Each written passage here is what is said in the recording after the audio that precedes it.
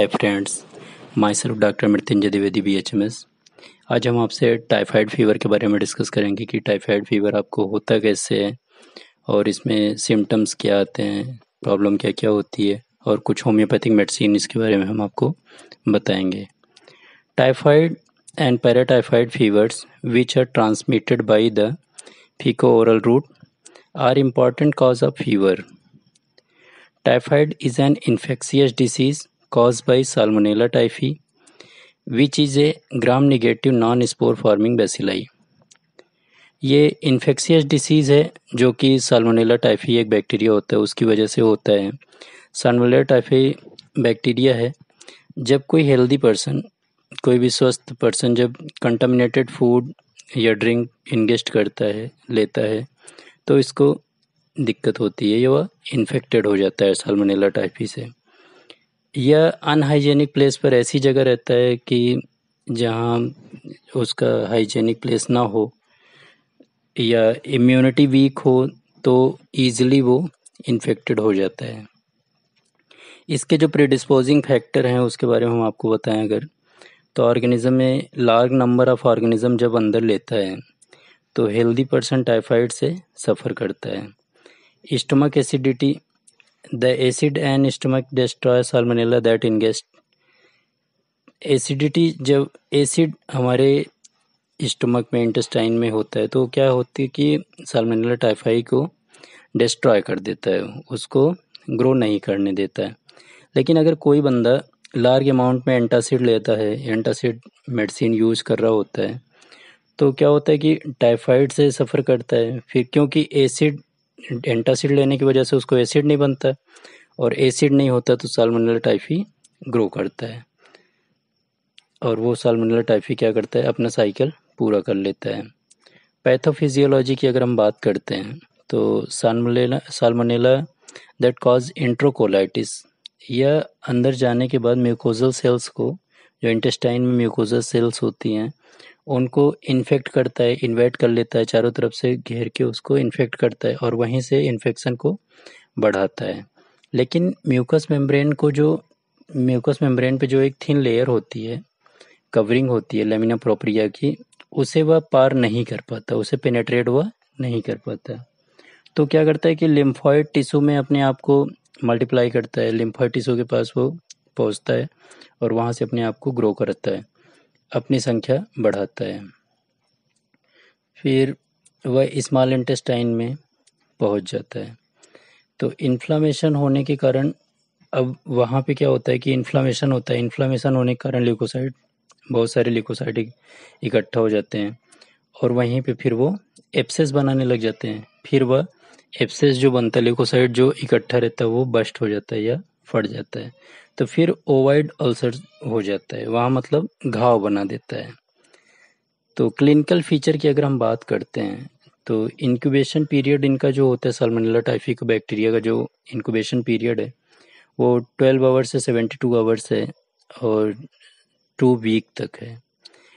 इसमें जो सिम्टम्स आते हैं वो नाउजिया होता है कि मतलब जी मचलाता है, वॉमिटिंग होती है, उल्टी होता है, चिल बहुत ही ज़्यादा ठंडी लगती है, कोलिक एब्डोमेन, पेट में बहुत सीवियर टाइप का पेन होता है, डायरिया होता है, वाटरी डायरिया होता है और ये जब स्टूल पास करते हैं, फ्रेश होने जाते हैं तो बहुत ही ज़्यादा ऑफेंसिव स्टूल होता है, ब्लड मिक्स होता है इनके स्टूल में साथ में, और हाई फीवर, बहुत ही ज़्यादा टेम्परेचर बढ़ा होता है इनके।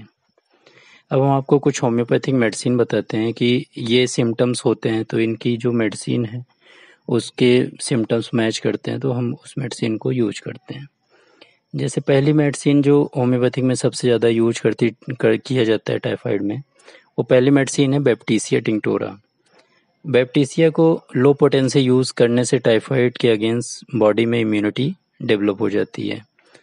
पेशेंट को, इसमें क्या होता है कि पेशेंट को बहुत ही ज़्यादा ठंड लगती है, जॉइंट में पेन होता है, पूरे शरीर में भी पेन रहता है, टेम्परेचर बहुत ही ज़्यादा बढ़ जाता है, तेज़ बुखार हो तो बैप्टीसिया यूज़ कर सकते हैं उस टाइम हम। सेप्टिक फीवर में भी हम इसको यूज़ करते हैं। The whole surface hot and dry with occasional chill, mostly up and down the back. कि मतलब पूरी बॉडी इनकी जो होती है एकदम ही मतलब गर्म महसूस होता है। हम जब टच करते हैं तो बहुत ज़्यादा उनका राइज टेम्परेचर रहता है और पूरी शरीर ऐसे लगता है कि पूरा बॉडी उनका जो होता है वो टूट रहा है, ऐसे उनको फील होता है। फेस पर बर्निंग फील होता है, हेडेक होता है, डिलीरियम होता है, पेशेंट को कांस्टेंट बोलता रहता है, पूरे शरीर से स्मेल आ रही होती है पेशेंट के।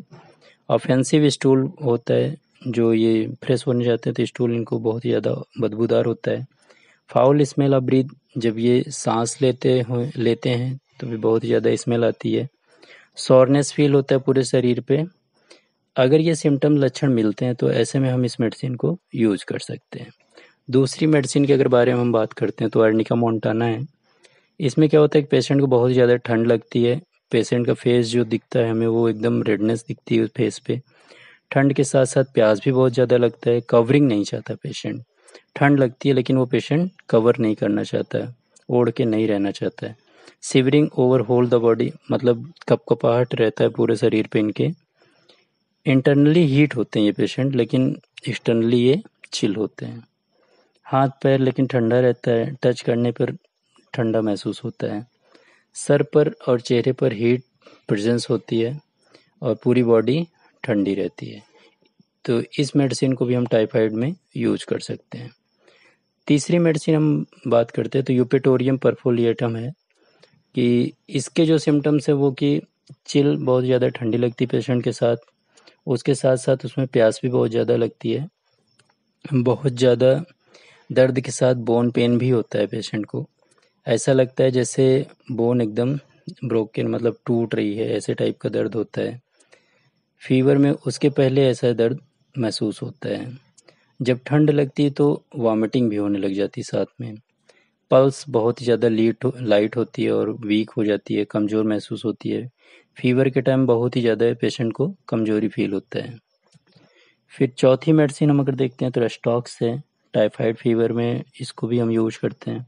टाइफाइड फीवर में जैसे कि इसमें जो पेशेंट को होगा कि टंग जो होती है वो बहुत ही ज़्यादा सूखी रहती है, ड्राई रहती है और साथ में वो टंग का अगर हम कलर देखते हैं तो एकदम ब्राउनिश कलर दिखता है और डायरिया की कंप्लेन भी होती है टाइफाइड फीवर के साथ साथ रेस्टॉक्स के पेशेंट को। रेस्टलेस होता है पेशेंट, एक जगह रुक नहीं पाता, कांस्टेंट मूवमेंट चाहता है वो। और डिलीरियम होता है कि पेशेंट हमेशा कांस्टेंट बोलता ही रहता है और फीवर के साथ साथ पेशेंट को आर्टिकेरिया की भी प्रॉब्लम होती है रेस्टॉक्स में। तो ऐसे में हम इस मेडिसिन को यूज कर सकते हैं। प्लीज़ आप कोई सी भी मेडिसिन यूज़ करने से पहले अपने नज़दीक के होम्योपैथिक कंसल्टेंट से मिलें, फिर ही आप मेडिसिन को यूज करें, अपने मर्जी से नहीं करें। Thanks. Hi friends, my self doctor Mrityunjay Dwivedi BHMS। आज हम आपसे टाइफाइड फीवर के बारे में डिस्कस करेंगे कि टाइफाइड फीवर आपको होता कैसे है और इसमें सिम्टम्स क्या आते हैं, प्रॉब्लम क्या क्या होती है और कुछ होम्योपैथिक मेडिसिन इसके बारे में हम आपको बताएंगे। Typhoid and paratyphoid fevers which are transmitted